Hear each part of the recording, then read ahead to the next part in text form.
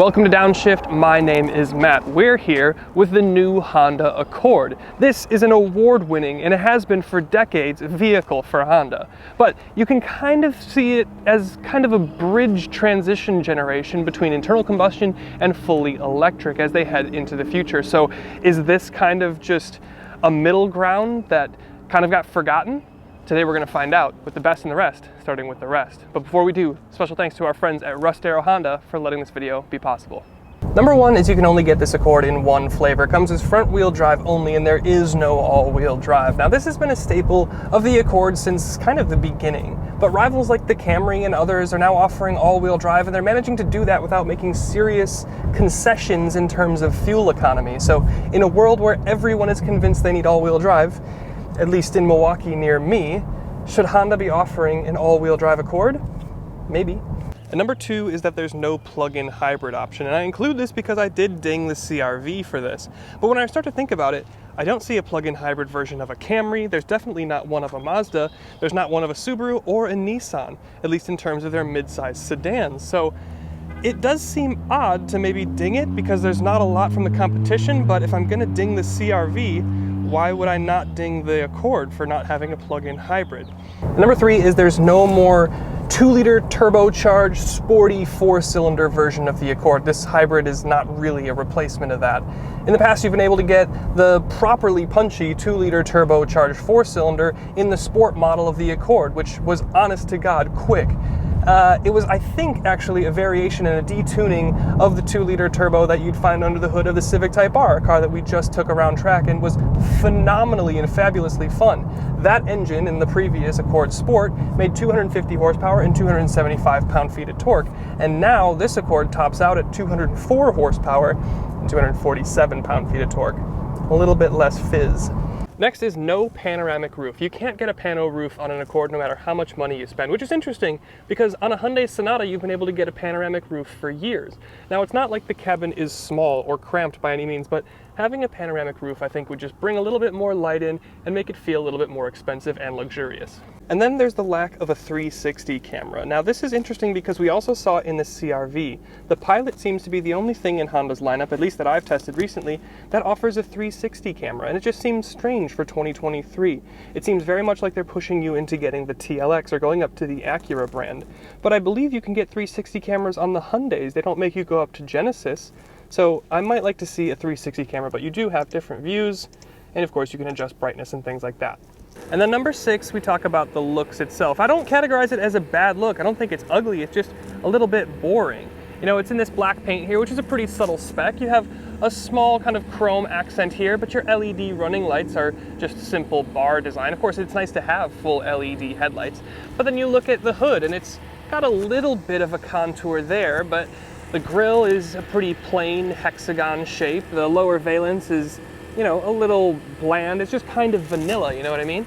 Then you come around to the side, and these are the upgraded 19-inch wheels, which look pretty nice. They're kind of a diamond cut, but not overdone with the chrome. It's a pretty handsome design, I'd say.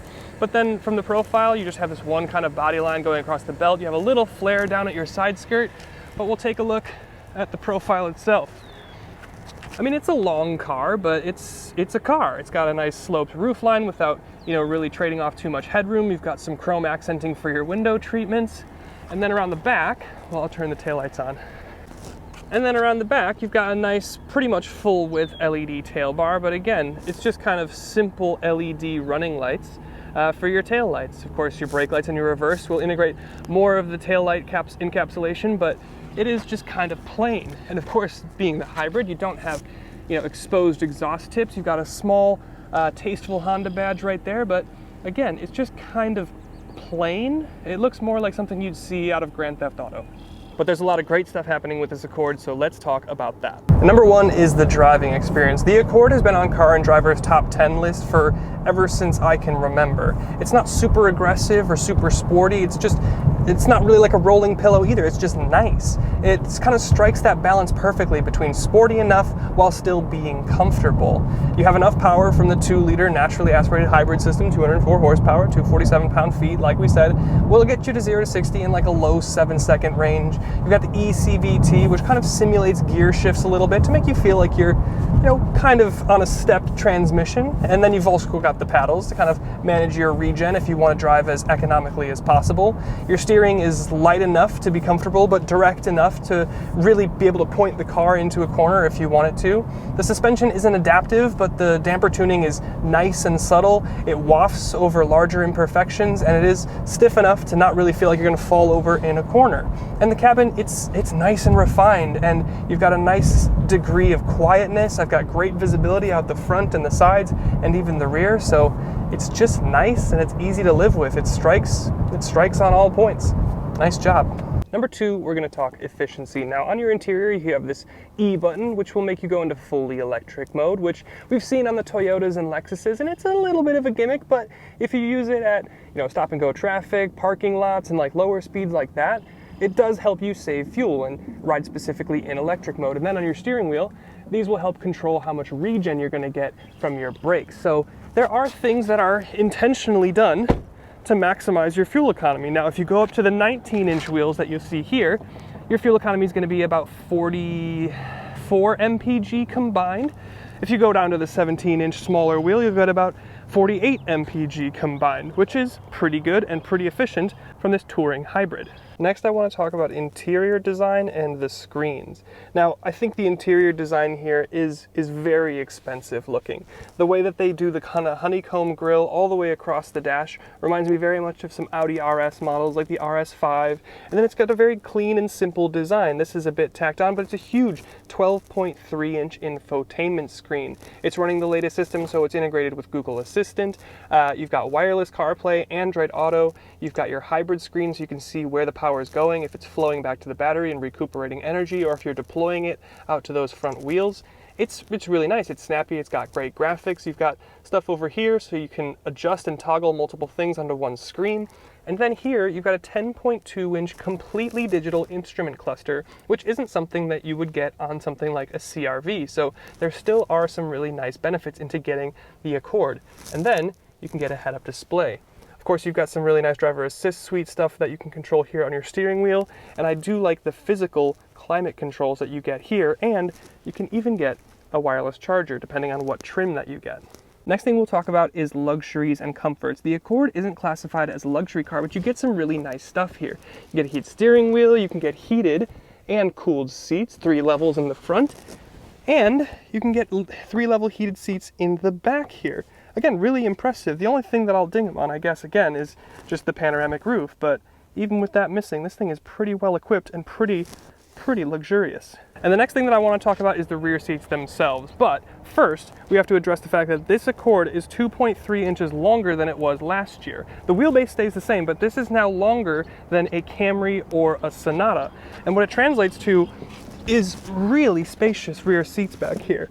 You have single map pocket over there, you've got dual AC vents, dual USB-C, but I have great room at 6'1", and I've got pretty decent headroom. It's got a nice cutout in here, and just to top it off, like I said, it's always nice to have heated rear seats on your touring trim. And the sixth thing that I want to talk about is the trunk space. Now this trunk, the opening is huge and super practical, and the trunk itself is really deep. I mean, this is a properly big trunk. So that 2.3 extra inches of car that you get here this year, that could translate to the trunk. And if you, for some reason, even needed more storage, your seats fold 60-40 back there. You get a little extra storage under here. Impressive trunk.